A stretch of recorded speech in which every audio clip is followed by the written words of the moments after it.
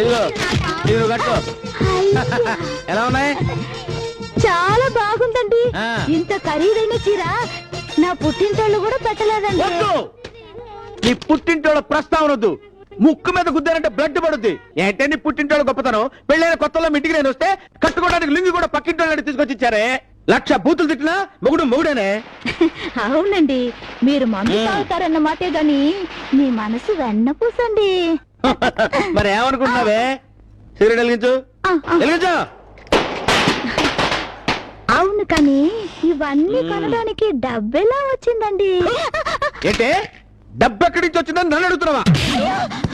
ఎక్కడి నుంచి వచ్చినాయి, ఎలా వచ్చినాయని లత్కూరు ప్రశ్నలు. పెళ్ళాలు మొగుళ్ళని అడగకూడదే. మేము సంపాదించి పడేస్తే కుక్క బిస్కెట్లు అందుకున్నట్టు నెట్టెక్కలు అందుకోవాలి. ఓకే? ఏంటి కుక్క? ఓహో, కామెడీ చేస్తున్నావా?